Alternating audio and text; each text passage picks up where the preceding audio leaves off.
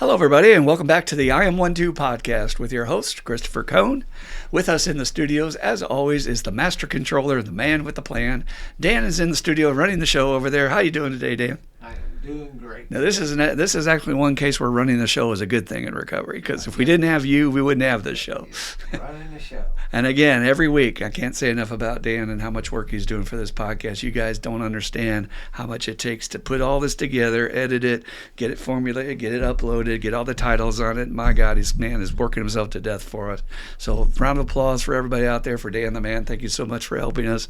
This would not be happening without him. I might be the guy up here moving my mouth, but he's the guy that's making it happen. So, and I'm real clear about that. So thank you, Dan, very much for everything you do. It is a lot of work. I'm getting better. I'm getting faster. I'm getting more efficient, and learning curve is shortening. But the difference between producing the audio-only Spiritual Underground podcast and the difference in doing the I Am 1-2 podcast are worlds of a difference from one another. Speaking of which, our good friend Dan has a podcast that's been running for 4 or 5 years now. 6 years. Wow, time flies. Yeah, it's crazy. It's called The Spiritual Underground, where he interviews people in recovery over their stories. And we do that periodically by bringing people in there that we think have a different angle on recovery that can share with you. But he's talked to not only those people, but people that have different angles on recovery. And it could be body work, could be past life work. So if you want to check that out, look it up on the internet, anywhere, every podcast provider, but just Google Spiritual Underground Podcast with Dan Reeves. And you can find it, and you can listen to that in your car, you can listen to that while you work out. And it's a great way to get some more recovery juice, which is what we're trying to bring you here every week. If you're just joining us, this is a all things recovery. We do focus sometimes on addicts and alcoholics, but this is about getting free of this life that we've created on earth that's driving us all crazy and getting back to being happy just for today, just trying to live in the moment, not miss this one day of our life. It's October 17, 2024. It is now 6:44 Eastern time. And this moment of life is never going to repeat itself for me or for Dan. So let's try to be present and just enjoy our lives a little bit. You know, one of the things I was writing in the book that I'm working on yesterday was we live in the most prosperous land on earth. Yet what are we doing with all these blessings? We just sit around, complain and bitch and moan and talk about politics. And we're spoiled children. We have been so spoiled with so many good things in this country. So please, do something for yourself that's good today, and work on fixing yourself, and let the world deal with the world. But that's what we want to do in here, is provide you some tools and abilities to do that. So today's podcast, we hope, is going to be very helpful for anyone. If you have a loved one that needs treatment of any variety, not just for alcoholism and addiction, but also mental health, for cutting, for bulimia, any other condition. It's very difficult to navigate our healthcare system today. So, and one of the major questions that made me think about doing this podcast was my good friend Dan had his daughter recently have to go through the system. And so it's like, that's the eternal question, just like Hamlet, to treatment or not to treatment. That is the question. And so we want to give you all the information about how to navigate that field. I'm going to give you some little ins and outs. And I will tell you these secrets, these little tricks of the trade to make it go better for you, because I'm all about helping the patients, and I don't work for the corporations. I mean, I do, but they just give me my paycheck. I do this because I have a calling to help people. So I'm going to do everything I can to help you get the best bang for your buck and get the best care for your buck, okay? It is a daunting task when you think about, oh my God, my child has come to me and he or she is on fentanyl. Or, oh my Lord, my son has ADD. How do I handle that? How do I navigate getting the right care for them? Now with social media, and I know it's stigmatized, so again, this is a conditional suggestion, but even if you were to say, I'm asking for a friend, that's sort of the catchphrase we use when it's really you or it's somebody close to you you're asking for. But if you put out on Facebook or one of your social media pages, hey, does anybody have any experience with this condition and know of great therapists or great care for that? And don't be surprised that someone you least expect, your neighbor down the street or an old classmate from high school, might have had exact same experience with their child, and then they just went through it and can tell you, don't go here, this place sucks, go over here, this place is great. Word of mouth is always the best thing, and nowadays we do have Yelp and Google review, and even our hospital is rated on there. So you can kind of get on there and tell from the general comments whether the care is good. But If you do that first, please look at the dates, okay? There is a lot of turnover in the healthcare field, and particularly mental health. So, the staff that was there a year ago when everybody said it sucked, they may be long gone, and now the more recent reviews are saying it was the best experience I ever had. So I would go with the more recent reviews if I was you. All right, so now you're going to call any place and figure out what's the next step. I would highly recommend, these are little details that will make your life so much easier. I highly recommend you make an appointment rather than just showing up. Now, if it's a crisis and an ambulance is involved, you don't have any choice. You're going to show up, and it might be the emergency room or it might be the waiting room of a mental hospital, and you're going to wait. How long were you at that hospital last week, Dan? 6 hours. 6 hours. Prepare yourself. This is not a joke. Prepare yourself, folks. And so when you make an appointment, ideally, they've set aside a slot of time for you to sit down and be assessed. So if you can, use that time productively by packing your bag, especially if you know I really need to be in somewhere, getting your affairs in order, making your phone calls, okay? Get all that stuff handled. And then you can go at 3 o'clock for your appointment if you can wait. If you can't, that's okay. I'm an advocate that if a person needs to drink some more beers to wait till 3, that's okay too. As long as you don't go drive, and as long as you got somebody safe with you, let the person have a couple more beers. It's not going to hurt them any more than all they've drank the last 30 years. So let them be comfortable until they get the treatment. And sometimes, to be honest with you, we got to apply them with alcohol and drugs to get them there. We have this good friend of ours named Charlie who had an adventure with that. And what did you guys go to the store and buy for Charlie? Yeah, a box of White Claws. Box of White Claws. That was his choice. And I asked him about that later, and he said, well, I figured that was the most bang I could get for my buck at the convenience store. He really wanted hard liquor. Yeah. So, and nothing wrong with that, guys. If it gets them there, it's a win, okay? All right, so you're there, and now you're going to go through this process of assessment. And I had this joke even today with my patients. I said, one of the funniest things you guys do is not be aware of how you lie about your history. Because I will look at your assessments, and then within a couple of minutes of talking to you in group and loosening you up and finding out that this guy's cool to talk to and I'm not going to judge you, you guys open up and start telling me all kinds of stuff that's not on your assessment. Now, why is it important to be 100% honest on your assessment? Insurance does not want to give you their money. Insurance is in the business of collecting premiums. They are not in the business of paying claims. That's not what they want to do. So if they can deny you or put you into a lower level of care because you were silly enough to lie about your real condition or dress it up, then yes, you're not going to get the care you need. This is why it's important that they do a secondary interview with the principals in the person's life. We're going to find out from the mother's view, from the father's view, what's really going on. Because usually the patient is a poor reporter of their history, especially if they're compromised at the time. But we want to get the full view of what's really necessary. But sometimes assessors are busy, and sometimes they're just trying to get the job done and get you where you need to be. And you may not get the proper care if you don't tell them. 9 times out of 10, and I repeat, 9 times almost out of 10, my patients have a drug history, a major drug history with some chemical that's not on their assessment. It's not even mentioned once. Or they have abuse, and they never mentioned it because they were embarrassed to. So please, be honest with the assessor. They're not there to judge you. They're there to help you, but we cannot help you if you don't tell your doctor everything that's wrong. After that happens, that assessor is not the person who determines whether you have treatment. So please understand, you could be as nice as pie to this person, but this person has no power as to whether you get in. It's going to go to a medical doctor at that point, usually a psychiatrist if it's a mental hospital. And that doctor is going to take the limited information, the summary, not the full details because they're busy, and they're going to say yes or no on inpatient, yes or no on this level of care. All right? Now, you will not want to go to inpatient care. I know this. That's like the threat of the devil to my patients. I can actually get them to straighten up and stop screwing up in class by saying, hey, you keep relapsing, I'm going to have to step you up to inpatient. They're like, oh. Nobody wants to go to inpatient. But having been a veteran of 2 inpatient stays, I got to tell you, it's not that bad. And everybody in my group who has been to inpatient, they'll immediately rally around the guy and say, look, it's not that bad. The food's good. They're going to treat you nice. They're really nice back there. Please go. But you won't go. And so you'll talk yourself out of the care you need. If you're going to detox, here's the reality of the situation today. We can only get you in if it's life-threatening, and that means alcohol and benzodiazepines.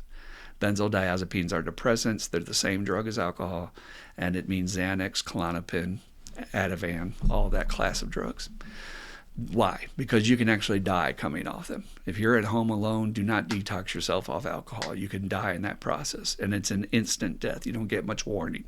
Your nervous system will just suddenly shut down, and you'll stop breathing. It's very scary. So the problem is here we have people coming off fentanyl, and they're going through major detox, but we can't get you in. So here's a little trick of the trade. You ready for this? Listen with both ears. Tell your friends, but don't tell them where you heard it from. If you have a secondary condition, we might be able to get you inpatient for that. Do you have depression? Do you have anxiety? Yes, of course you do. If you're an actor, an alcoholic, you've got all that. Tell them you got it. Tell them it's bad. If you have to exaggerate, I'm all about it. If it gets you the care you need to save your life, your higher power understands. You're trying to navigate a system based on profit, not about whether or not you live. The insurance companies really don't care if you live or not. Please don't think they do. They want to care about their quarterly profits. But we got to do what we got to do to get in. There's also this trick that if you can't get care, if you say you're going to hurt yourself if you leave here, that's an automatic bed. That is the way the system is set up now. Even if we do not have a bed, we are obligated to find a bed for you if you say you're a threat to yourself. Now, you're going to resist saying that because you're going to be like, I don't want that on my record. I don't want people to think I'm suicidal. Well, there's a way to start. Then they'll kind of quiz you on it. You can say, I don't feel safe if I leave here. That's sort of a catchphrase you can use. I know I'm probably going to use, and if I use, I'm going to hurt myself and probably overdose and die. So there you said, if I leave, I'm going to die. You see what I'm saying? Which is very common. You could drink tonight and have a crash and kill yourself. Or it's not like we're necessarily fully lying. But these are, unfortunately, the things we have to do to navigate the healthcare system being controlled by insurance companies. When I was down at my first treatment center back in the year 2003, and I was working all departments. They were big on training you on every department. So I was doing assessments. And we would have these guys come in and say, okay, you definitely have the history. You definitely have the alcohol. We can definitely try to get you treatment. But there's one small problem. You're sober. So what I need you to do is leave and get drunk and come back. What? Yes, that's literally what we had to do. Can you believe that? That's the system we're up against. To get you care, you have to be in awful shape. I went to my physical today, and I'm asking my doctor questions about, well, can I get this device if I have this predisposition? No, you have to wait till you have the problem. So you're saying I have to be full-blown sick before I can get care? Yeah, they won't pay for it. That's what we're up against. So if you have to tweak the system back, this is coming from my alcoholic addict heart with all the love I have for you. Fuck the system back. If they're going to screw us, fuck them right back. Because you are trying to save your life, and then nobody would question that in heaven. I was just trying to save my life. So if you got to say, I don't feel safe, I'm going to hurt myself, if that gets you in the door, get you in the door. Again, the easier way to do is to have multiple occurring issues. PTSD, if you've got trauma in your background, that's an easy one. I was sexually abused. Again, I have patients that won't say that. They're embarrassed to say that on an assessment to a person who's a professional. It's never going to be repeated. It's your professional medical records. It's federally protected. Okay? Nobody else can look at them. But then they screw themselves and they don't get the care they need. And suddenly they're in my group on Zoom and outpatient, and they haven't even had their first day of detox. I'll say, what's your sobriety day? I guess it's going to be today. I drank right till morning and come in a group this morning. I know you did, man. But this is not ideal. We want you in a safe environment to be able to do your detox. So tweak the system. Work it, girl. Because we're just talking about saving your life. All right, so you're in inpatient. What can you expect? It's going to be clinical. There's going to be a lot of medical austerity to the place. So we're going to do things like we're going to go through your luggage and make sure you're not bringing in contraband. We're going to make sure that you're not bringing in anything that could hurt you. We're going to take away your shoestrings and your belt so you can't hang yourself. Again, don't freak out. We are trained to try and do these things in a way that will avoid re-traumatizing someone who has trauma with anything having to do with sexual abuse or physical abuse. So it'll be a safe environment. They also do a skin test where they're going to check you for cuts and for self-cuts self-wounding and for scars and everything like that. And again, just make sure you're not bringing in any drugs or bringing in any weapons and things like that. And then once you get on the unit, pretty much, you'll get into the routine. And this is what I wanted to touch on the most about being an inpatient. I'm going to ask you to please participate no matter how stupid you think whatever they're asking you to do. If you're a true addict or alcoholic like I am, or even some mental health situations, you're probably only there for the smoke breaks. That's the way I was. It just, when's the next cigarette break? That's all I care about. But I will tell you, we did this thing called art therapy that we still have today in our hospital. And the people that run art therapy have some of the biggest hearts and some of the nicest people in the hospital. And I have my picture when they asked us to draw a picture of our illness or our disease. And I still have it. I need to show it to Dan. I was thinking about that on break just now, that it's got it buried in my box of things. And I've kept it all these years because I've spent so much time on it, right? And it's only a pen drawn, all kinds of stuff, but it's detailed as hell. And I remember that as one of my fondest memories of treatment.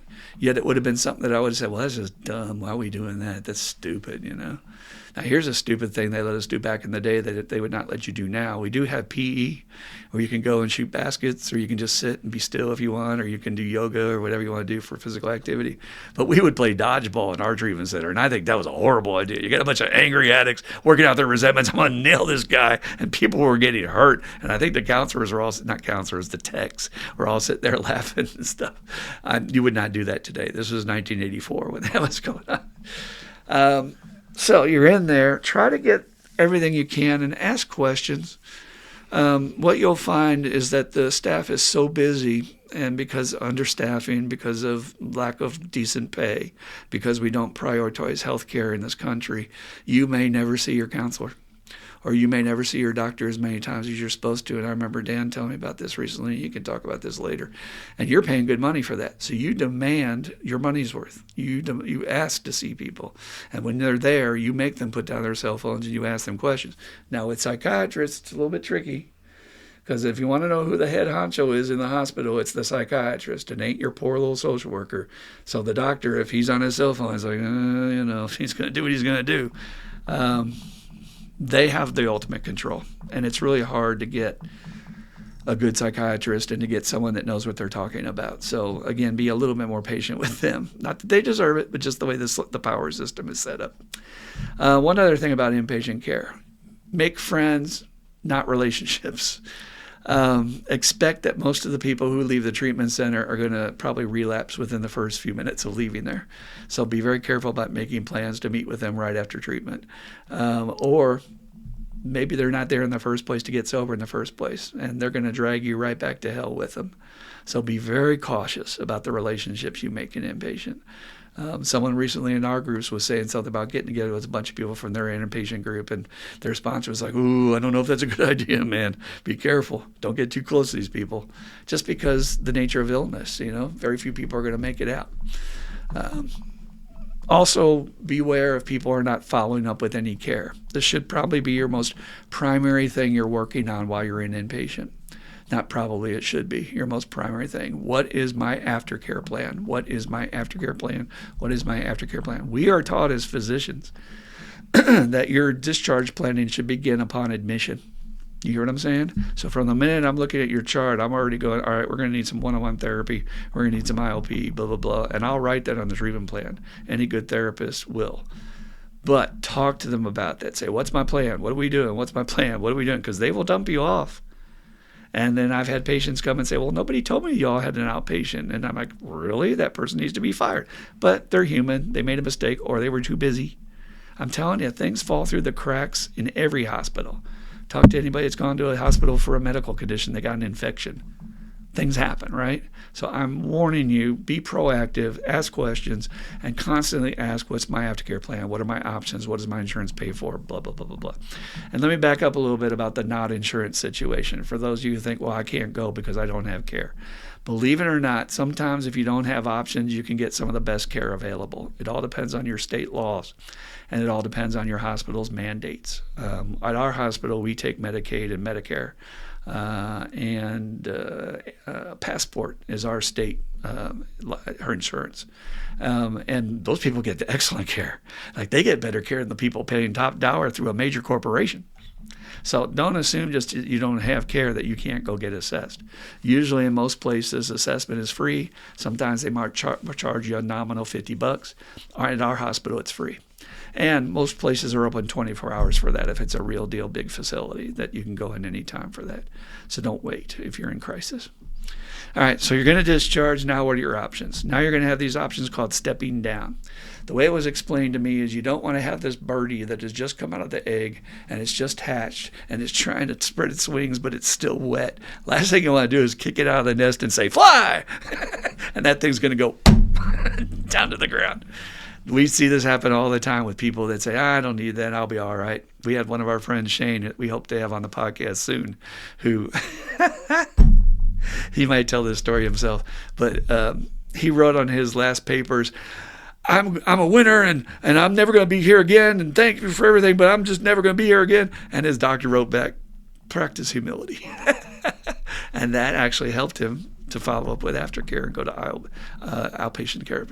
So your options are going to be these things called PHP, IOP, halfway houses, transitional living, all these word salad words, and you're going to be like, well, what are all these things? So again, feel free to ask questions and get handouts about what's available. Your best option in stepping down, instead of just flying out of the nest, you want to step one step at a time out, is the next level of care from inpatient is called intensive outpatient. Intensive outpatient is a little bit different than outpatient, meaning that we're giving it to you for 3 hours a day and maybe sometimes longer depending on the program. And you will also have the option for this thing on top of IOP called PHP. PHP is partial hospitalization program. Partial hospitalization means that you are going to have a doctor, usually the one that was an inpatient, we hope, follow you through your care in outpatient, particularly if you have meds, okay? Probably the main issue to get PHP is whether or not you need meds. Now, this is another mistake my patients make. They will not go to inpatient because maybe it wasn't necessary. They come to outpatient, they're in PHP, but because they get to see a doctor, insurance requires you to go to one extra meeting a day. So literally, my patients will have to do the 3-hour group, and then they have to do one extra hour to be in the PHP program, and they hate it. They don't like the therapist. They want to be with their regular therapist. They don't get anything out of it, and within a week they're complaining. But I have to explain to them, look, you can't be in PHP without that. That's an insurance requirement, okay? And you also can't be in PHP if you don't need to be on any meds. It's a medical care decision to be in PHP. It's not because you want to see a guy and talk to him. There has to be a medical reason that psychiatrist is prescribing for you to be in PHP. And I would recommend stay as long in PHP as you can. You will, on your insurance, get 2 set of benefits. There's one set of benefits for PHP and one set of benefits for IOP. So the people that do PHP first actually get more care, because they get a whole set of benefits to burn through first on that, and then when they step down, they start fresh on day one in IOP, and they got a whole bunch of benefits. So they stay longest of almost all my patients, and a lot of times their outcomes are the best. But one of my patients recently pulled that card about, I'm not getting anything out of the group, I don't want to go to these groups, get me on a PHP. I can do that. You want me to tell your doctor you want out? You're not on meds? Yeah, I don't want no meds. Okay, I'll tell him. A week later, issues hit, and they just showed up. And suddenly he needs to get back in PHP. Well, now you got to go back and get reassessed. That's the system. Okay, so please don't shoot your own foot by making quick moves. Always listen to your counselor's advice and the professionals trying to tell you how to navigate the system, because if not, you'll make a tough decision and just make it harder on yourself. And also be very careful with meds. A lot of people will leave the hospital with a prescription with no plan at all about how they're going to get their refill, and it's the biggest relapse trigger that exists. You'll say, yeah, I'm going to get a psychiatrist. And you wait 1 week, and you wait 2 weeks, and then suddenly you find out you can't get one in your town. In Louisville, we have a dearth of psychiatrists available. There's not many available. And so it's very hard to get in with one. So suddenly they're running out of their meds at the end of the month, and now their PTSD or their bipolar or whatever it is flaring through the roof, and then they relapse on chemicals or whatever it is, or they start harming themselves, cutting again. So please monitor that from day get-go. Make sure you get your refills when you're good to leave the hospital. If they'll do that, get your full prescription plus the refill, at least one, and then have that lined up. Well, who's going to follow this afterwards, man? And if you think your primary care is going to do it, sometimes they will, A lot of times they just won't. It's outside their realm of expertise. So if you're going to try that, call them before you leave the treatment center and make sure that you know who's going to be in charge of your meds, okay? When you get an intensive IOP, make a commitment to really participate. This is a little speech I give to the afternoon group. I have to do the afternoon group sometimes. Hopefully they like it when I do it. And I tell them, look, this is a friendly neighborhood Spider-Man reminder. This is a crisis moment in your life that you've come to, that very few people get this opportunity. The opportunity is to step outside of your life and really reflect about what brought you here, what's going on, what don't you like, what do you want to change, what needs work, and where do you want to go from here, okay? Instead, when you're in IOP, you're also at home. So you'll get sidetracked by the laundry or by the chores or by the kids need this or I got to take them to their ball games. And suddenly you're not doing your treatment. So here's a tool for that. I tell them, if your family doesn't understand one simple thing, here's my permission to do this. You're going to take their hand in yours, take their face in your hands very gently, and I repeat, very gently. We're not harming them. And you're going to look them in the face, and you're going to say this: I'm in the hospital. What part of this don't you understand? Now, I know it sounds ludicrous, but if you were in a medical hospital with tubes running in and out of you and machines going beep, beep, beep, nobody would be yelling at you, but that the lawn wasn't cut or the laundry wasn't done or you didn't get dinner on the table on time. You hear me? Our wounds are on the inside, but they're just as devastating and they're just as fatal. So you will bleed out because you're all worried about the kids. You know what? The kids can eat SpaghettiOs tonight. Take care of you and be selfish if you have to. We call it self-care. It's not really selfish, it's self-care. To really focus in on your recovery, man, because if you don't get this right, you'll have to go again and again and again and warn your family. I won't be around. I might die if I don't get this right. So again, I'm in the hospital. What part of this don't you understand? And even if it's just a treatment center, it's still a form of a hospital, okay? They're accredited somewhere in the state, okay?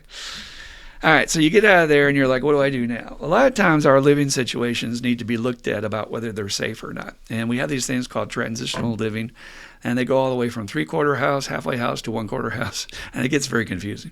Really, three-quarter houses is for people coming out of prison. That's something that the legal system likes to do to make sure there's a lot of structure and they don't get to leave property as much, and they just have their eyeball on them to make sure they're going to transition back into society. Then we have the thing that's more common, which is called halfway houses, and it's exactly what it means. It means halfway between treatment and halfway between out on your own in the real world. I am a victim and or / experienced person from a halfway house, staying in a men's halfway house back in the day. I say victim because I didn't choose it. But looking back, I'm really glad I had the opportunity. There is a bond you will make with these other people that you're living with and you're doing things with, you're going to meetings with, and some of those bonds can be lifelong if you stay in the same town. So don't neglect that as an option. The kind of support you're going to get in a home environment like that, even though it might be uncomfortable because you have to have a roommate, or even like because they're having dinner at one time and you don't want to eat dinner at that time, be a little flexible on that. It can be one of the best plans to guarantee long-term sobriety. Stable housing, sober housing, okay? If you need care beyond that, again, some people are homeless in their sobriety. Again, a halfway house can be a great way. They let you pay by the week. There's no contracts. They might make you pay a deposit if you can scrap that up somehow. But other than that, it's come and go. You're not on lockdown. If you don't like it anytime, out the door. That's one of the most helpful things I tell my patients. They don't realize. They think if I go to a halfway house, they got me. No, dude. You want out, you just walk. I'm done with this. I'm leaving. They have no legal right to hold you. All right, so let's talk about that legal right to treatment for a second. For any parents out there that might be dealing with a child that's really hitting the wall hard with some condition and you can't get them to go into treatment. In the state of Kentucky, we have this thing called Casey's Law, and it was a terrible tragedy, but came out in a beautiful effect for other people, that this woman lost her son to addiction, and she never wanted any other parent to be in that position again. So she lobbied our Congress to enact a law that if someone is in danger and you're their parent, you have the right to get them put on a 72-hour hold. So that they can be evaluated. And when we do MIWs, which is a mental inquest warrant, those can be initiated by the cops or anybody that's caught you doing something in public that's insane. They have to hold you for 72 hours and really evaluate whether or not you're safe. And that doesn't mean you get out right at 72 hours because they might find things that we need to treat. But it gets you in the door when people won't go. So look into the laws in your state, and if you don't have something like that, talk to your congressman or woman. It's a very relatable issue, and you're talking about your children. So I don't think you'd have any trouble with somebody resisting, at least trying to help you out to do a proposal, some legislation on that. I'm assuming nowadays, I think almost every state has some version of that. And I think Dan was looking into that with Indiana. I'll let him talk about that in just 1 second. But don't lose hope. And you don't have to stand by and watch your loved one self-destruct and completely blow up. You can, if nothing else, you can do a welfare check. If they don't live in your home, you can send the cops over there to check on them. And the cops will bang on the doors and try to talk to them, make sure they're okay. If they lie and they say they're okay, there's not much they can do. This isn't Russia where we can just pick you up and take you to prison. Thank God for that. But again, you do have more powers than you think through the legal system. So, and it's different a little bit within each state. Overall, main point I want to make today is that without professional treatment, I really think you're missing something in your recovery. You're going to go to an environment with people you never would have met before, exposed with professionals who have years of training that you never would have been exposed to before. Most of my great book recommendations, workshops to go to, meetings to go to, things to check out on nowadays would be on YouTube. We didn't have that back then. All that comes from my treatment. They told me, hey, well, have you ever read this book? Or hey, have you done? And I never would have thought about that on my own. But because I was willing to say yes to try something new, I was exposed to all these different people and things that I never would have met, and then ended up meeting some of the best friends of my life. Like best friends I still have in Minnesota from those first few days. And I didn't want to go. I don't want to be a part. I don't want to do that, We just fight our own good. So I think treatment is a vital piece. And I wish it was more available, that anybody could just go in at any time. Just literally say, I need it. Okay, you're in. I need it. Okay, you're in. Funny thing is, man, the government just spent all this money handing out money to the states from the settlements over the opioid crisis. And they're doling out all this money, and I'm watching these grants come through on my email, and they're grants for like, does somebody want to set up a Narcan volunteer thing where people will be available 24 hours a day to give Narcan? Well, that's not helping people recover. You're just saving their. I mean, we have to have that. Please don't understand what I'm saying. We have to do what we have to do to save people's lives. But this is how we're spending that money. Instead of spending that money, say, hey, you know what? Let's make treatment available to everybody. And there won't be that many takers. Most people don't want to go. But the ones that do, why don't we just give them free treatment? Why don't we just let that happen? Isn't that crazy? It's not like we're paying us a ton of money to do it. So, again, I hope that changes as well, that people understand this is a necessity. We should be. There's two options. You're either going to have an addict on the street who's going to rob you when you're at work, steal all your stuff in your house, or you're going to have a bipolar that jumps out in front of traffic and wrecks the front end of your car. It's going to come out somewhere in cost. It's a lot more cost effective to give them treatment. And one last word on that. You know how much it costs to house a prisoner in your state? You ever look that up? That information is available. Google it. I have not looked it up in a long time. When I last was exposed to those statistics was in the early 2000s when I was doing my training. And the average cost in Kentucky was $28,000 a year for a prisoner to be fed, clothed, bathed, soap, clean the cells, everything. $28,000 a year. You know how much it cost to go to treatment back then? $2,000. $2,000 versus 28. Makes sense, doesn't it? Now I'm sure it's $50,000 a year to try and keep them in prison. But I'll say one last thing. People are always asking me, well, why is that? I say, well, the corporations run the prisons, guys. Please understand that. Every single aspect of the prison is run by a corporation. The soap they use, the uniforms they wear, the people that laundry their clothes, all that is all corporately traded stock on the New York Stock Exchange. That happened in the early 2000s, in the 1990s, when prisons went corporate. And there's big money. There is big money. I know a guy in this town who has $10 million because of investing in prisons. Sad, isn't it? So I hope that was helpful. If you have any additional questions, I want to hear from you. I cannot possibly cover every aspect of treatment just in this one little spot. So send us your questions to im12recovery@gmail.com. That's im12, those 4 digits, word recovery gmail.com. And I want to hear from you, man. Tell me about your experience with treatment. Tell me about what worked for you, what didn't, or what you remember from your treatment experience. And I'll give you one last story and turn it over to our friend Dan. I was thinking about this because, you think about your own treatment experience and you forget things that happen. We had this guy in this one treatment stay I had, and he was a psycho. There was something about this, he had that shaved head, kind of skinhead looking guy, but thick and tough, and just had that look at him like, don't mess with him. And you could tell that he was heavily sedated, and we didn't know what for. So it's like, okay, we're not going to agitate this guy. And I remember, so one night, we're supposed to be in our rooms. We're supposed to be on lockdown, right? But, Christopher can't follow no rules. So he's in the hallway staircase, smooching with some girl, and we hear this bang, bang, bang, bang, bang on the door. And we look up, and in the little window is that dude with a hockey mask on, like Jason from Friday the 13th. And we went and looked at each other, and then we looked back, and he was gone. And we were like, did that just happen? Like, we're literally detoxing. What the hell? That happened. And again, that's a funny memory I have in my life that I never would have had. Thank God he didn't kill us. Thank God he didn't stab us. I don't know why he was walking the halls either. Nobody knew. But if we were out, I guess somebody else could get out. Again, treatment can be fun. Don't miss the experience, even if it's just laughing at somebody else going through a hell of a detox. Great memories, I will tell you.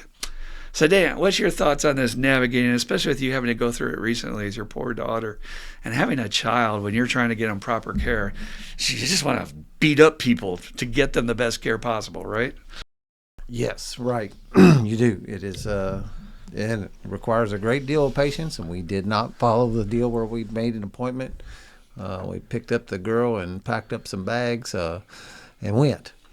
And it was, and it went fine. It's just slow, and they sitting around. Was there any drama in the lobby? Did you see any? No, nothing really was happening at all. Some guy picked up looked like maybe a granddaughter that come out, and I felt a little heartbroken over that. 2 firemen brought in a fireman from Jeffersonville and checked him in, which was an interesting thing to see. And I saw him back in there, and I was tempted to say something to him. I'm always seeing like, hey, guy, I know where a good Tuesday night meeting is. But I didn't. I left it alone and attended to the business that I had. I do tell a couple things, and I try to give people tips when they're going to treatment, because sometimes that's just what you need, that reset, man. That okay, I got to check out for a little bit and focus on me and reset, because people, if you're a real alcoholic addict, you're not going to stop on your own. You're just not. You got to have that. I look at it in some way, from that standpoint of the mental health stuff's a little bit different, but similar. That, I say, go on in there, get 5-6 days of sobriety, and now you can come out with a start, and we'll get working on get working on the steps in this program when you come out of there, because they can't get a day sober. So you have some things that I've told, and you mentioned it sort of. I told them, but wear shoes that got shoestrings. Because so many of these shoestrings nowadays are like integral to your shoes, and they cut them out and those shoes are ruined. So wear a pair of loafers or something like that, comfortable, warm. It's usually cold in there, so and wear warm detox, clothes. You'll be cold. Yeah. And we found out this time around that you can't have hoodies, and I knew you couldn't have hoodies with strings in them. I knew that rule from the past, from me being there, because I think I might have a couple old hoodies hanging in my closet right now that don't have the strings in them. But they wouldn't let them have that, and we kind of asked why, and they said, well, the whole place has got cameras, and people pull the hoods up over, and they can't identify who's who through the cameras with the hoodies. And they wouldn't let you have any of your own toiletries. They don't bother taking any of that.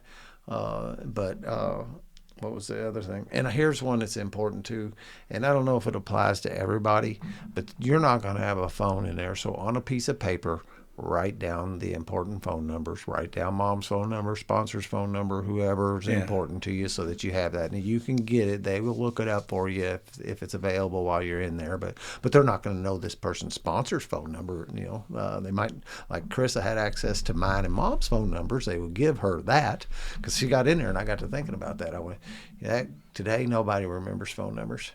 And but actually, Krista says, yeah, she did know my phone number. But that's another important thing. Make sure you walk in there with that. They won't let you bring in your own lighter, right?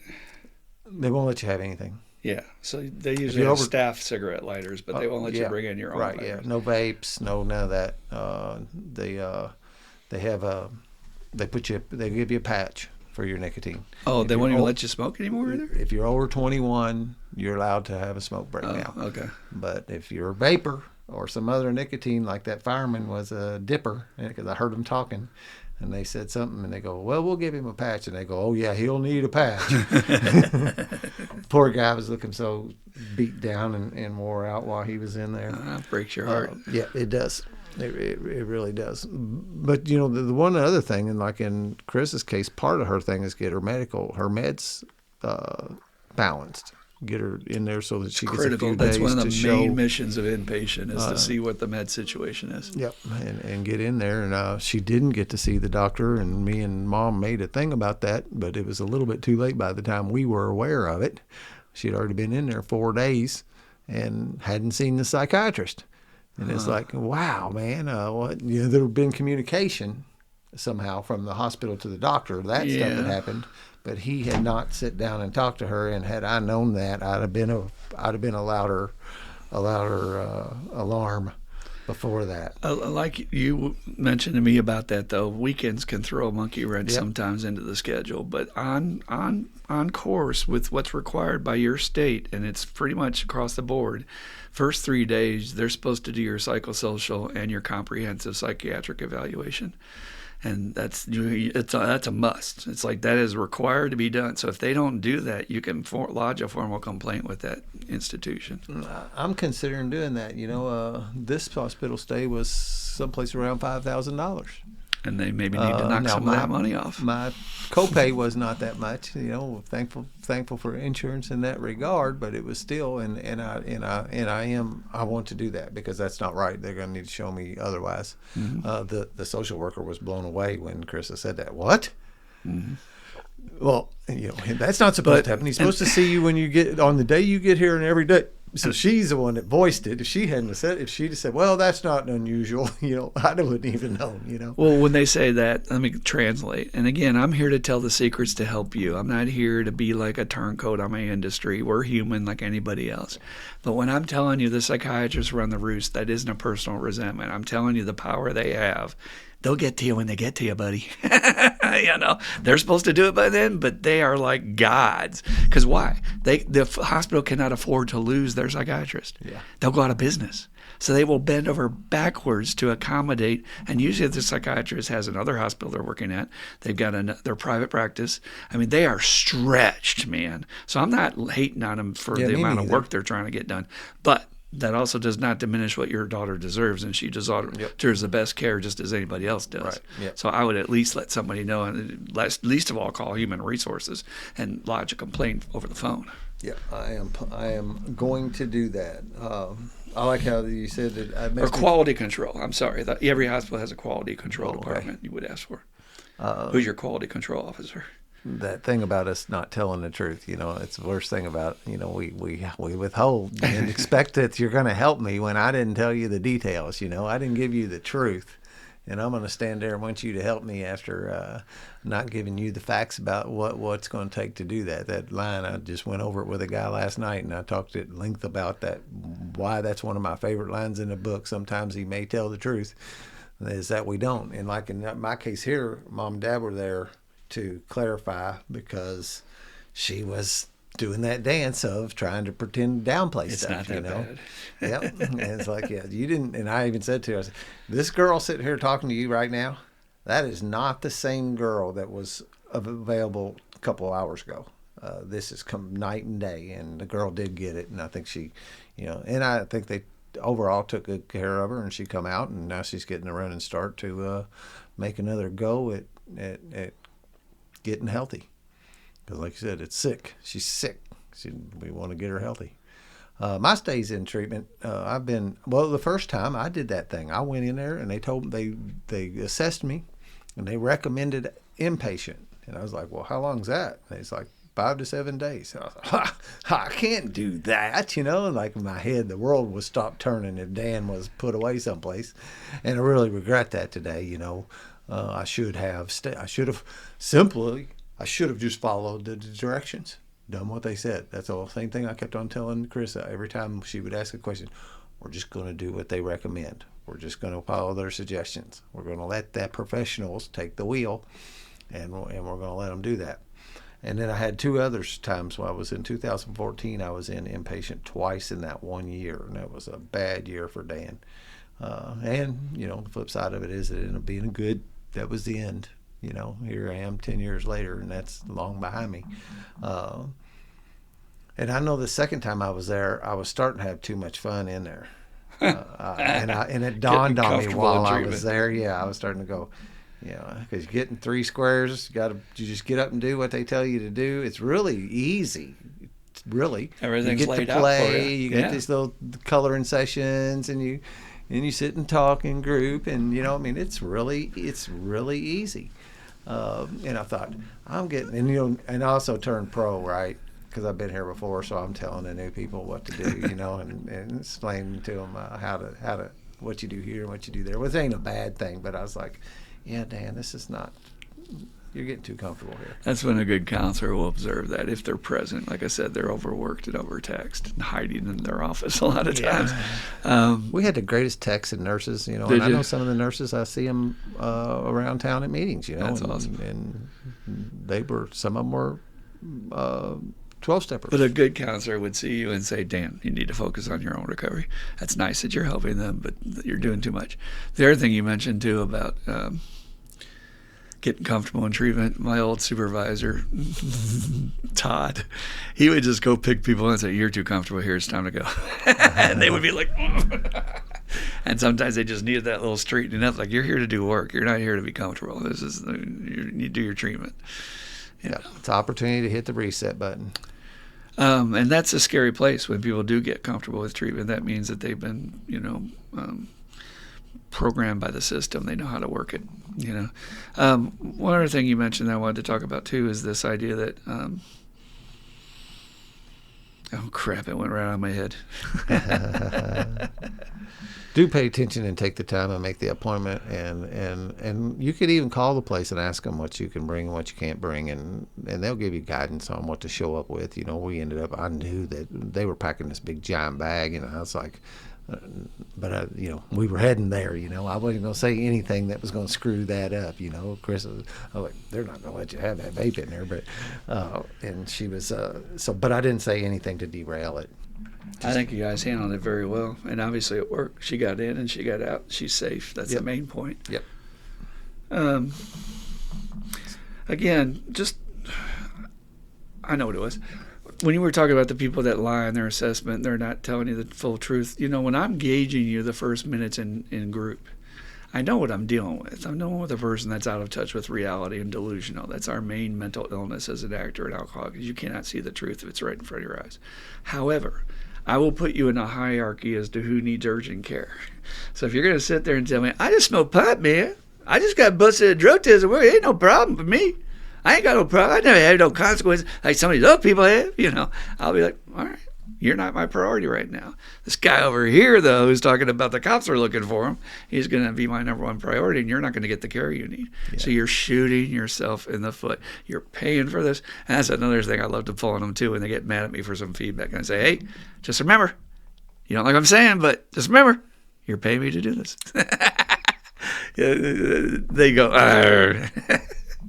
See, but that's how crazy it is. It's like you're fighting your own care and you're paying for this. Yep. Come on, wake up, man.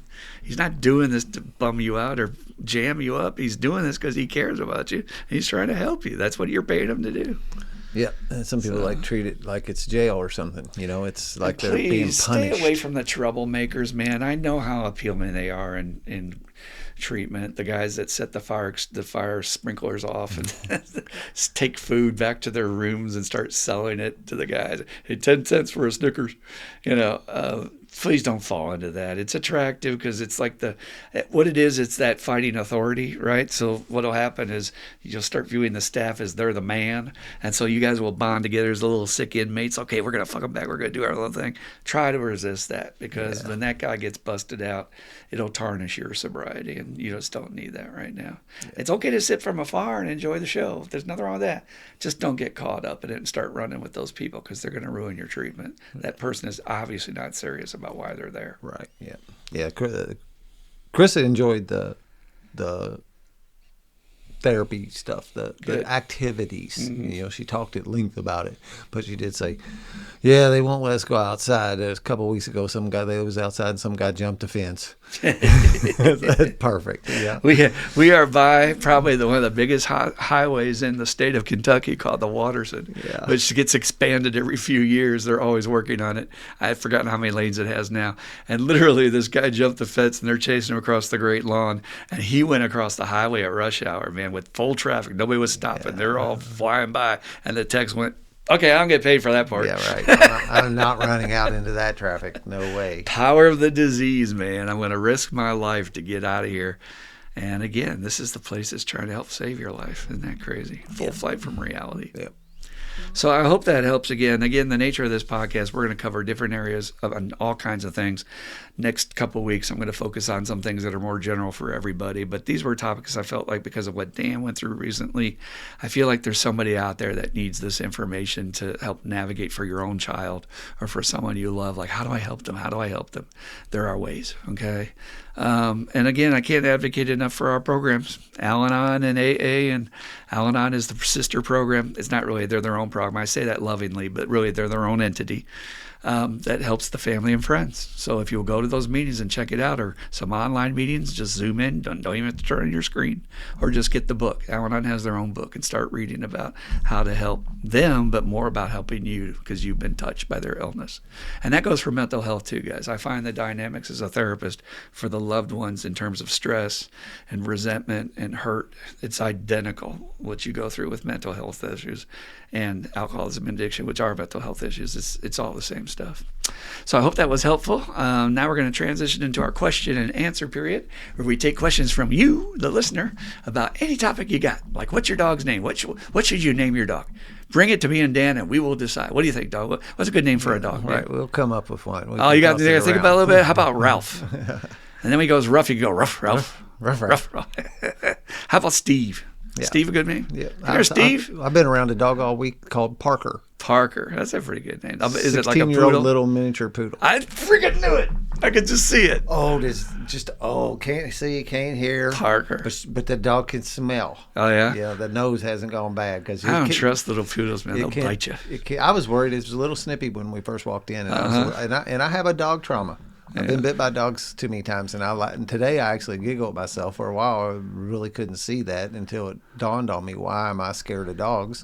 Well, you've been bit by them a bunch of times. Let me tell you something. Scared of Everybody's freaked by Doberman Pinschers and German Shepherds and Pit Bulls, and yes, I am cautious around them too, but I could stick my hand in that mouth and like push it away, but that little nippy dog grab you. They got some choppers on them. They're like alien with that little chopper that comes out. Those little snippy dogs. Watch out! I'm warning you. We had a cockapoo when we were growing up named Cricket. And you talk about a bipolar dog. It was loving one minute, next it was just bite you. He's like, I'm just petting you. Yeah. Well, this dog couldn't see me and Charlie coming in and out, couldn't recognize us, so it never got used to us, Oh, yeah. You know what I mean? So it would bark every time we would go out to the saw and come back in. And she's trying to control the dog. All day long. And she did a good job. It wasn't just all day long, but it was like, because usually when I'm working at a house that's got a pet, the pet will get used to me after a minute. A lot of times I'll rough its ears and give it some attention, and then it don't care about me no more. Mm-hmm. But this dog didn't get to know us, hasn't gotten to know us. It's really interesting. It's very side note, but welcome to the dog program. Bill Burr was talking about that in his podcast, that he's got this pit bull, and he knows, he's learned from trainers, it's the dog picking up your cues. And he didn't realize when he first had this, he had an ultra paranoia that he was going to get a lawsuit if his pit bull attacked somebody. So when somebody new would come up, his anxiety and his fear of, oh shit, what's the dog going to do? The dog would translate that into viewing the person as a threat. So I think the dog will look to its alpha if the owner's acting right and not letting the dog have the run of the house. We had a friend of ours in aftercare saying, our animals are people. They do whatever we do. And I'm like, that's not a good way to be a pet owner. But if they view you as the alpha, they're going to look for your cue as to whether this is a friendly or not. So they pick up all what you're doing. Yeah. So, all right. Well, let's transition to question time. All righty. Our first question for today. Both these are actually quite packed and very thought-provoking. So put on your thinking caps with us, guys. What is the best advice that you guys have for someone who has relapsed but is ashamed to come back to the program? Wow. Shame is the most powerful aspect of a relapse in terms of being the killer that takes people out. We have this brain of ours that thinks that people are going to be mad at us. They're going to be disappointed in us. Our sponsors are going to yell at us for doing what? Let's be logical. You are doing exactly what an alcoholic does. And I always do in my group, please try, guys, take Mr. Spock's approach. When Mr. Spock would look at the captain and say, Captain, you're an alcoholic, correct? And you're telling me you drink? Uh-huh. And that's what alcoholics do, correct? So what's the issue? And I always tell them, this idea that one guy came to our meeting one night, it's an old men's group I went to, and they were kind of crusty in there. And this kid comes in there saying that he smoked pot, probably for the 5th or 6th time he's done this. And one of the guys got up and said, man, that doesn't surprise us. You want to surprise us? Get a job and keep it. If you're not working the program in your first 90 days, relapse is going to happen. And more than likely, the people you're afraid of that they're going to judge you, they too have experienced the same exact thing. And what I find is if I can get them over themselves and out of their own head, once they go back to the meeting, they find nothing but love. We just had that recently where a guy came back and he was expecting negativity some reason. And that's trauma. Our trauma gets kicked off from our past, that rejection, feeling like we don't fit in, we're failures, we don't measure up. I get that. But when they went and he found out, wow, they were really nice. They were just happy to see me and they're happy that I'm okay. Yeah, that's all we care about. We've all effed up. I remember the night in group when I said that to that kid, say, kid, you're in the right place. We're a whole group of fuck-ups. And I think he took heart from that because it was the old guy saying that, and somehow they look up to you because you're sober a day, like you're somehow better than, or you don't have the same disease. No, we're all fuck-ups. We are all there for the same reason. We failed miserably to control our drinking and drugging. That is the one requirement to be sitting in that meeting. So they have done everything you've done. So please challenge that. The disease loves to isolate you. It loves to make you feel less than and that you don't fit in. And then remember, with that wedge we talked about a little bit ago, it's trying to drive you away from your supports. It does not want you listening to these people because it doesn't want to lose you. It's like the devil. It's got his hooks in you. It's like, you're mine. You ain't going nowhere. So it's going to lie to you. And one of the biggest lies it tells you is that I'm too ashamed. I'm embarrassed. I don't want to tell them I relapse. My advice is get over as fast as possible. Call your old sponsor. Your old sponsor is going to love to hear from you, or your old friends, anybody in the program you related to before. Ask them what meeting they're going to so that you can go there with a friend. That can lessen the blow. And then when they say, does anybody have a burning desire, you get up and say, hey, my name is Joe. I'm back. Screwed up again, but I'm here trying to get it. And everybody will go, hey, Joe, glad you're back. It's so simple, man. And we make it such a big production. Why? Well, this is a major part of our illness for people who don't understand addiction. It's all about me all the time. You got to understand, it's because I relapsed. Now, Dan relapsing, hey, man, that's okay. No big deal. But it's me. It happened to me. So because it happened to me, it's a big freaking deal. I don't know why our brains are so wired that we're terminally unique to think that we are, our situation, you understand, this is really important, man. It's not that important. A drunk drank. Call the press. Call the news, please. A drug addict used drugs today. Can you believe it? And again, I will intentionally come at them that way in my group to try to loosen them up from themselves. Terminal, serious uniqueness. I'm so serious about my shit. Dude. And the problem is you're going to take one little stumble and you're going to turn it into a flat-out horror story if you keep using. And that's what that shame was going to do. Shame and fear is going to keep you using. The disease does not want you going back to the group. So as soon as you can, get back in that saddle, dust yourself off, pick yourself up, and say, okay, it just happened. And then you can get on with the rest of your life. It's just a slip. There's a slip, then there's a full-blown relapse, and then there's full-blown you're gone. And then we don't know if you're coming back. Be very careful about that. What would you say to these guys, Dan? I know it's so frustrating because you're like, dude, do you know how many times we've heard this story where they'll get up and command the group with a sad, you don't understand, I'm trying to get this. And we're sitting there going, oh, dude, we do understand and we do love you, but we've only got an hour here. We only got an hour. We don't have like 20 minutes for you to sit up here and tell us what we've all done already. Just say you did it and sit down. Yep. Then maybe you can listen and learn. Yep. I don't want to hear the excuses about what happened. Over to the side later tonight or tomorrow, you could tell me what happened. Don't burn up my meeting telling me what happened.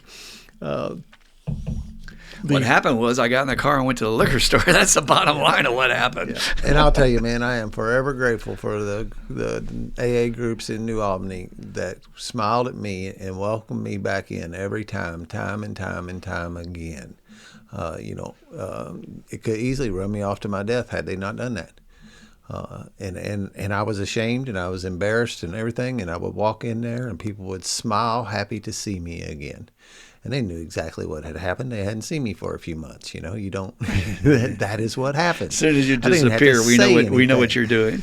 Yep. And I am. I really am. I have and some people are still. Quite a few of those people are still in my life. Actually, I got to go speak Monday night, and a number of those people were sitting out there, and I acknowledged them for that during that time, that you guys kept on welcoming me back time and time again. And had you not done that, I don't know that I would be where I'm at today, if I'd have gave up at some point. It's really funny. You reminded me. I mean, I relapsed at 6 months sobriety, and I have zero memory of any piece of that when it comes to going back to the meeting and telling them. That's how non-event, not big deal, welcome back it was, that I literally have no memory of having to get up and say that. Well, that was there. I was in, get a 30-day chip and relapse, and then get 2 or 3 white chips in a row. But that's still month. Progress. That's still 30 days. And I had a big friend said, look at every one of those tokens is a stepping stone towards your permanent recovery. Everybody's different. Don't worry about it. And I really try and press on because they always say this, I've lost my sobriety. Wait a minute. You did not lose that period of time that you were sober. That is part of your life story. When you die, it will play out as part of your record. And that's a foothold in your brain, with your brain learning it can be done. Yep. You're not starting from zero. It can be done. You did it for 30 days before, dude. So maybe you can do 60 this time. Yep. You don't lose everything. And our good friends, man, Ebby died sober. Ebby, the guy that carried the message to Bill W. about the higher power at first, saved Bill's life. That guy could not stay sober. Yeah. But he was loved everywhere he went, given free housing, given free care, because they loved Ebby for what he did to help the rest of us start this program. This is a program based on love. But again, we come from fractured families where we don't trust that love. Yeah, right. It's very conditional. So we think, oh, I'm doing the right thing. You love me now. But if I screw up, you won't like me very much, right? Yep. That's exactly right, man. And that disease is carving you out of that herd of gazelles, man, and keeping you over there. And it's I don't know if it was this podcast or the last one, always worse, never better. And then you get to decide when you want it to stop. And I know nothing more than seeing in the parking lot when they are integrating with the group and laughing and smoking and cutting up. And they're like, okay, they're safe. Yeah. They got their army around them. This disease cannot touch you when you got sober people around you. So get in the herd. So to just answer the question, best advice, we love you. Yeah. How about that? Not even come back, not even just say, dude, we love you. Just get over yourself. We love you. I don't care what you do. I don't care what you think you could do to hurt me. I love you. You're my fellow brother. I heard Bob D. from Las Vegas say that on his recording. He said that he learned love from the drunks he helped that were at the bottom, because he knew they had nothing to offer him. And everything else in his life was based on love that was conditional, that he was going to get something out of you. But even if these guys got sober, they weren't probably going to thank him for helping them at the beginning. So he was doing it just out of the pure heart that you're my brother and you're my fellow sufferer, and I want to help save your life. Yeah. And they taught him about real love. And that's the kind of deep love we have in the program. It is beyond words. if you've been to that place of suffering and that nadir of despair that Bill talks about, the amount of love you have for that other guy. I even told one of the guys that came back recently, I said, dude, that guy loves the shit out of you. You're sitting here worried about what they think about you, and all I know is the last thing they said is, oh, I hope that guy's okay. I really love him. I really love that guy. But even your friend recently, you tried to tell him you love him, and he's like, what? Yep. We're not used to hearing that, right? Nope, not used to hearing that. And I wasn't either, But that's what we do, though. And, the hugs is something that we do that was, you can feel that somebody loves you, and bring them in, convince them that it's real. We have a joke about the most uncomfortable you can make a newcomer feel is to give them a hug. Yeah. And we used to have this guy named Hugs with 2 G's. We used to call him Hugs. And he would latch on to a newcomer. And I don't know if it was maybe not the right thing to do, but it was from his heart. He was bipolar, and he was very obsessed with helping people. And he would just hug them, man. And he just watch the newcomer there going, Yeah. Excuse me. Am I being attacked or what? Help. And we'd be across the room just falling down laughing. And after they got done, guess what happened? Guy settled down, loosened up. That love energy, couldn't deny it. It's beyond words. Yep. Powerful. Plus, he got that little hit of oxytocin from that human touch. That get a little hug there. So. All right. The second question for this week. This is a big one, guys, so help me out with this. How do you fully believe in God? I would say higher power. How do you fully believe in God or higher power when you are overwhelmed by fear and doubt? All right. Let's back up a little bit in terms of approaching this issue. Dan was discussing when we were bringing up the question how a lot of guys get confused that they have to believe in God to get this program. That is putting the cart before the horse. This entire program is a spiritual program. It tips you off at the end when it says the result of these steps. Please correct anybody in a meeting that reads a result. It's the result. What you're going to get is a spiritual awakening, which means your soul will get the shit off of you, take off your shit glasses so you can see something positive, and you will begin to believe that maybe there's something there that might work for you. That's the beginning of your awakening. And so that happens after the work, guys. You got to get all that shit out of the way to be able to feel any of it. And we can hug you, we can love you, all this stuff we were just talking about, but if you're caught up in shame and guilt and fear and from the past, you can't feel any of it. So that's the process. Please don't think you have to believe in anything. Now, there is a push-pull, yin-yang relationship of tension that I have personally experienced between being in physical form, and as we say, spiritual beings in human bodies, and this idea that there might be something bigger and beyond me that actually is accessible to be able to help me with my everyday problems. And every day of my life for the past 40 years, I've been trying to reconcile these two things, particularly when life shows up and it sucks. And there is no cure for that. This planet sucks like balls. Every time you think you're clear and it's not going to happen again, and then something shows up, because that's the journey. We're having these human experiences, spiritual beings trapped in these bodies. And so we're trying to work these tools and have that very elusive thing which is called faith. And that is the journey of faith that I've been taught by Brother Luke, who is our friend down at the monastery in Gethsemane, Bardstown, Kentucky down there. And he's been over 30 years sober. He talks about this journey of, it's not about belief, it's about faith that I'm going to try, even with my knees knocking and in absolute terror, to step out on that invisible bridge and trust that something's going to catch my ass. And it will work out. And it's a practice that you have to develop over years. Alcoholics and addicts do not believe this from me telling you that. When Dan talks, you're not going to believe it from him telling you that. We're going to believe it when we see it. It's like we all were born in the show me state. I got to see this thing to think, all right, they ain't bullshit. There actually is something really here.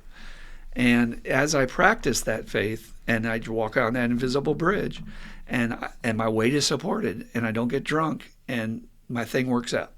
You can fill in the blank. Maybe it's a legal problem. Maybe you got your car repoed.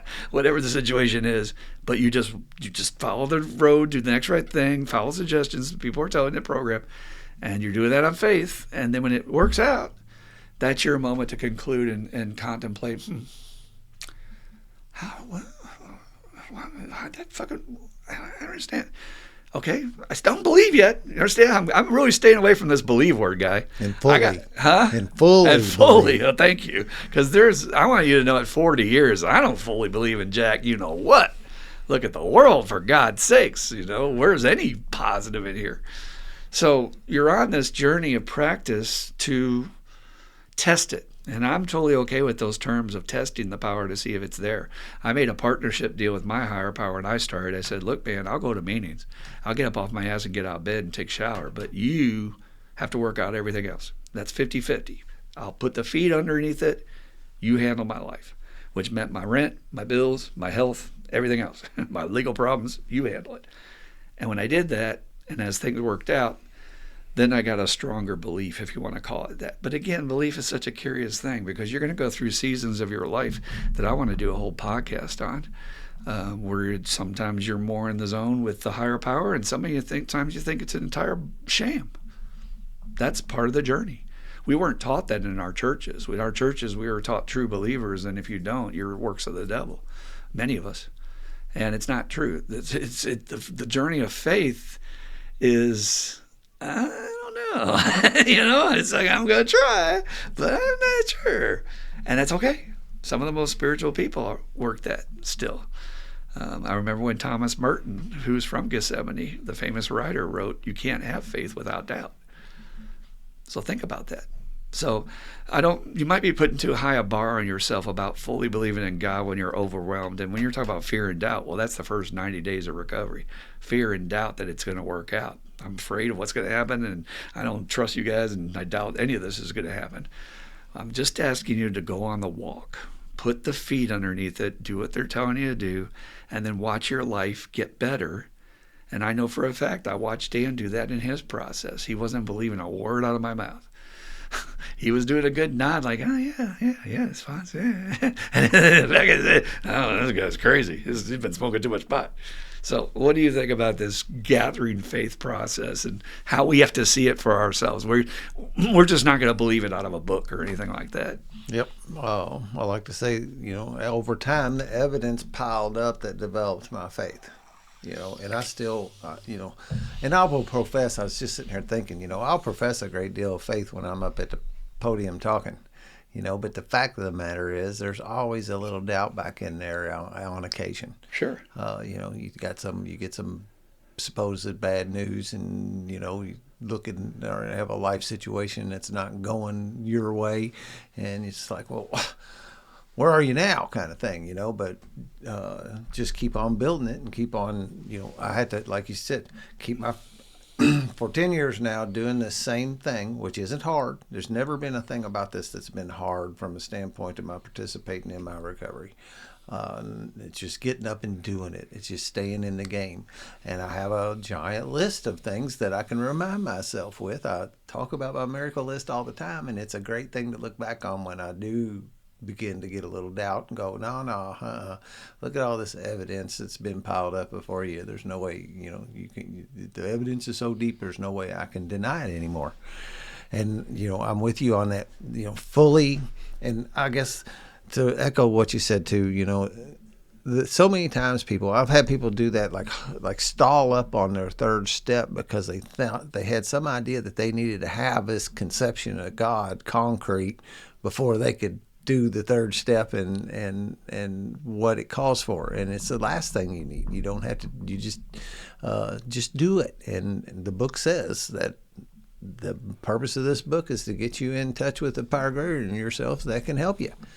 And that's the faith that have been, a lot of people talk about it. The group, I think you said it not long ago, or the group of drunks, God, to have that faith that whatever is working for those other guys and gals in that room will work for you too. I think that's really the staying power thing that can keep a guy in the pocket, is saying, no, look at that guy and that guy and that guy. And I've heard their stories, and if they can get where they're at today, I can get there too. And also listening to your elders. We don't do that in our culture. What makes elders so wise is they've just lived longer. So they've seen more of the way life works. So they seem like they have secret answers. But I was thinking now, this fully believe bull crap. I'm gonna tell you straight, I don't fully believe nothing. I work my program, and I know it's probably gonna be okay. But back of my head says, well, Putin's going to push the nuclear button, and we're all going to be out eating out tin cans and eating roaches in the radiated zone within a month. Or whatever disaster I can play out for myself. I can think of 12 right now off the top of my head. The water supply I read is it's in imbalance for the first time in the history of the earth. I mean, literally, we have stressed our water supplies to the point where we're in danger zones, and it's already showing up in certain countries. And climate change is making it worse. But again, you think the president has any power? It's the corporations doing this, folks. And so again, when my brain goes there, I'm like, okay, no, wait a minute. When I was in early recovery, it was 83, 84, and they reinstituted the draft because we might be going to war with the Russians. And Reagan did his famous Gorbachev, tear that wall down or drop the bombs is what he was really saying. Let's go to war, just do it. And we really thought that was a possibility, that we're going to be in war with Russia. Here we are, and everything worked out, and I stayed sober, and it was okay. How? One day at a time. That's how you practice faith, one day at a time. Amen. If you're going to get out there and project about what's going to happen tomorrow with the election in a few weeks, oh my God, I can't do that crap. Yeah. It's a wasted energy, man. It is. I heard a guy the other day talk about wisdom, and he said it's all about pattern recognition. He said the only thing about the older people is they have seen the pattern happen more times, and it makes it, and to us it looks like wisdom. And same thing here, I've seen this happen over and over and over again, and it looks like I'm wise to it, but I've just seen it more times than you have. I'm thinking about like a Native American chief seeing the way the storm front's moving in. Everybody's freaking out. And he's like, no, that one will move north or that one will move west because he's seen it, right? Right. And a storm front for us would be, we all know the stock market's going to crash again. We're in a very strange time where it just keeps going up and up. And people are bitching about the economy when they're richer than ever in their stock profile and their 401ks. And it's going to crash again. It just can't sustain. It's that yin and yang of life. What goes up must come down, blah, blah, blah. But we get caught up in the crisis. And what was the first thing addicts and alcoholics do? Where's God in all that? Must be God's fault. God hates us. That's why all this is happening. We're sinners, and that's why God sent Hurricane Katrina to Louisiana. Some people actually said that. So, this is God getting back at us. To answer your question in all seriousness, I would tell you it's not required. It is not required that you have fully believe in anything. And if you're in fear and doubt, why don't you just be in fear and doubt and talk to your sponsor about it? Why don't you just sit for a while in those feelings and say, this doesn't feel comfortable. And then you might go to your sponsor and say, what else you got? But you got to sit with it. Don't look for that quick fix. Like, recovery's not another quick fix. Like, well, if I just work these tools, then I don't have to feel my feelings. No, don't use it like drugs. Recovery is about sitting your feelings. Just experience it. And I want you to know fear and doubt is part of the believing process.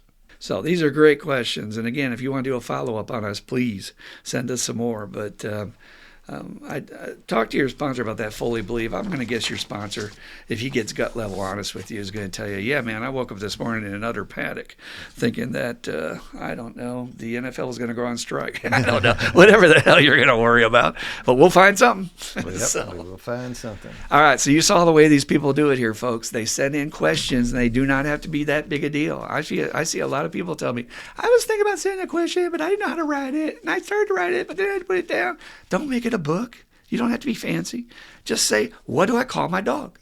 And we will try to answer you. Call your dog Bow Wow.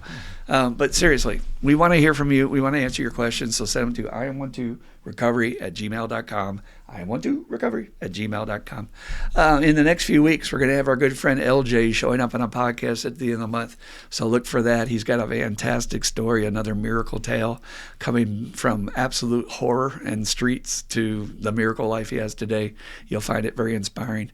And we're going to have a lot more guests coming up in the rotation. So stay tuned. We're going to try and keep it fresh and do new things in here all the time. And if you have ideas for podcasts, subjects you'd like to hear more about, we were happy to take that as well. So, all right, we're going to end today the same way as we do every time with the Serenity Prayer. So, Dan, if you don't mind joining me, God grant me the serenity to accept the things I cannot change, courage to change the things I can, and the wisdom to know the difference. Just for today. Keep coming back. It works if you work it, and you die if you don't. Woo-hoo! We love you. Be safe. Peace out.